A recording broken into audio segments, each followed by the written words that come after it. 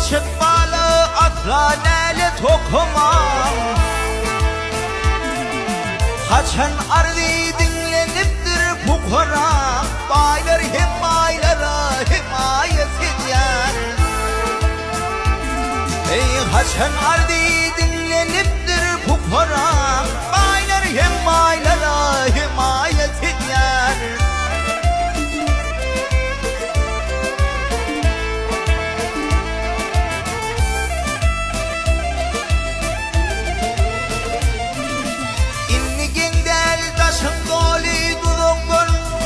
Şuandır yerlerimi unuttun. Vah düşmanın yüzüme unuttun. Doğan doğanına hıyanet eder. Ey düşmanın yüzüme unuttun. Doğan doğanına hıyanet eder.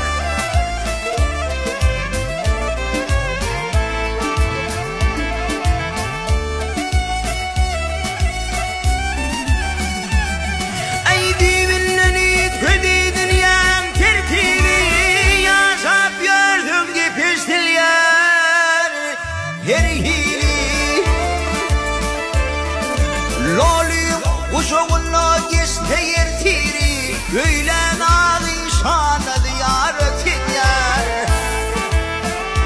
Vah lolim uşağınla geçteyir tiri, Göylen ağın şanı ziyaret eder.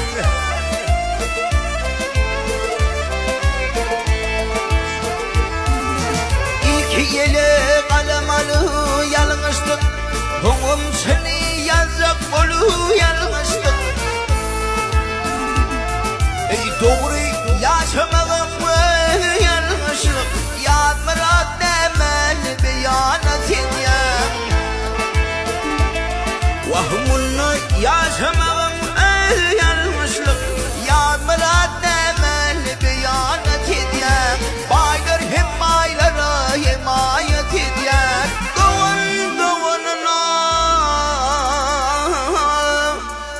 Hıyanet eder.